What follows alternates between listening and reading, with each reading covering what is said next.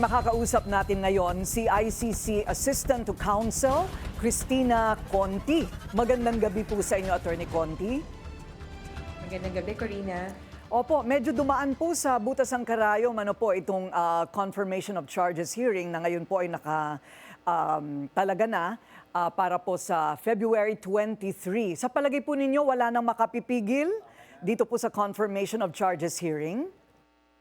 Naku, syempre, mahirap naman maging siguradong-sigurado. Pero wala nang substansyal na pwedeng erase ang Duterte camp para pigilan ito. Ang sabi ko nga, parang acts of God o yung tipong bumagyo ng signal number 4, saka na lang mapipigil itong confirmation of charges hearing nakaschedule ng February 23 hanggang 27. Buong linggo po itong pagdinig na ito. Ayun, okay. So, para lang po sa kabatiran ng mga hindi po klaro kung ano po ang mangyayari, ano po ba ang nagaganap sa ganyan pong mga pagdinig?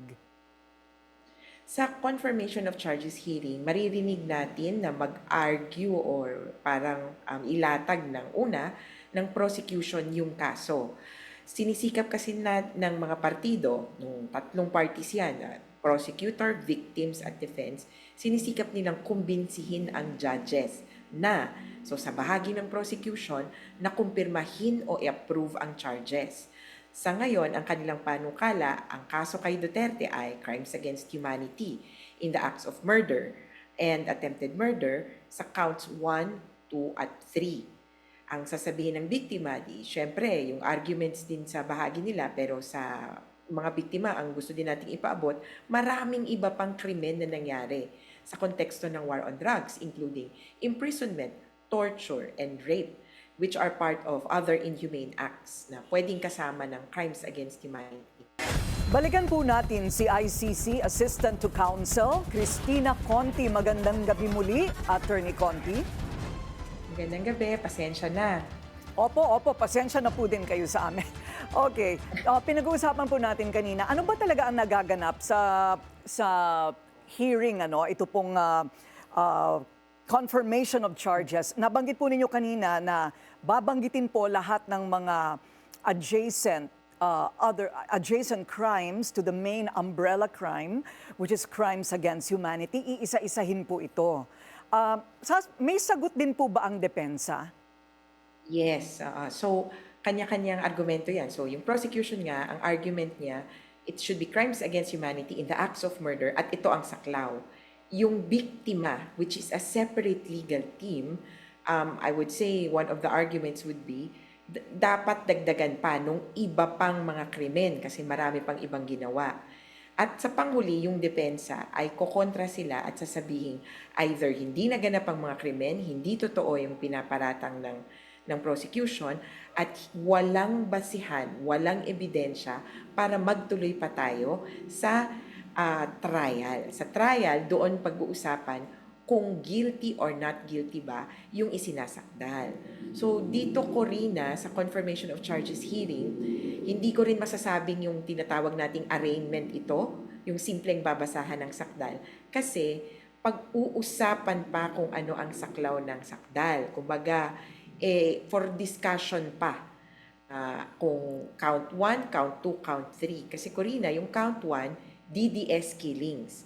Count 2, panahon na ng presidente, high-value targets. O ito yung mga napunta sa narco-list ng presidente.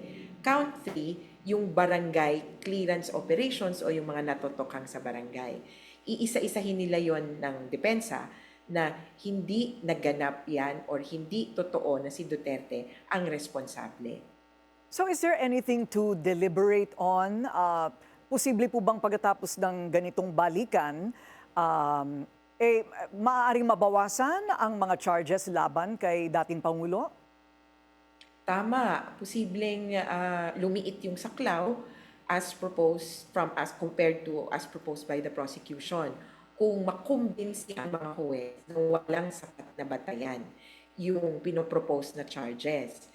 Ang desisyon ng mga huwes ay hindi natin maririnig sa dulo ng kaso, sa dulo ng pagdinig rather, sa dulo ng 4 na araw na pagdinig, ang iba ang maririnig natin na last portion. Ang desisyon ng mga judges ay malalaman natin siguro mga 2 months after pa. Isisingit ko na lang din na naglagay ng panahon, 1 hour para i-discuss ang detention conditions ni Duterte sa pinakahuling araw, February 27, sa The Hague, mga 3 to 4 p.m. yan. Okay, so wala tayong asahan na desisyon kung nabawasan ba o may merits yung depensa. It will happen 2 months later. So pagkatapos po ng ilang araw na ito, uwian na po yan at hihintayin na lamang po kung ano ang susunod mula sa The Hague. Ganun na nga. Kaya sa ngayon, walang ibang schedule ang kaso ni Duterte habang hindi pa aprobado yung charges.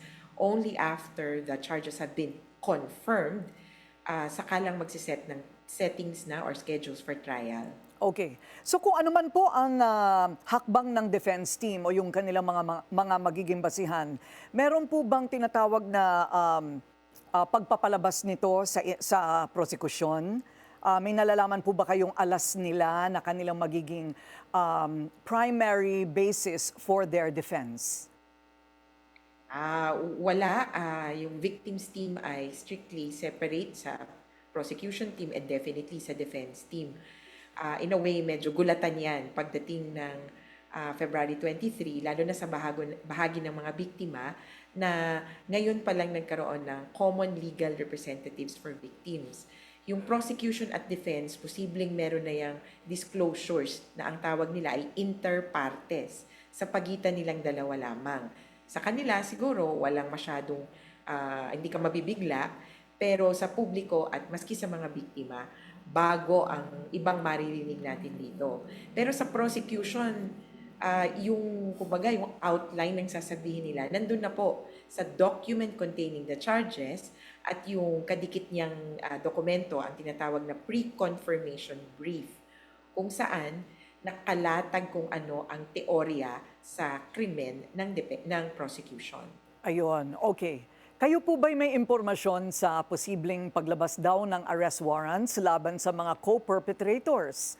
Nababanggit po ang pangalan nila Senador Bato de la Rosa at Bongo.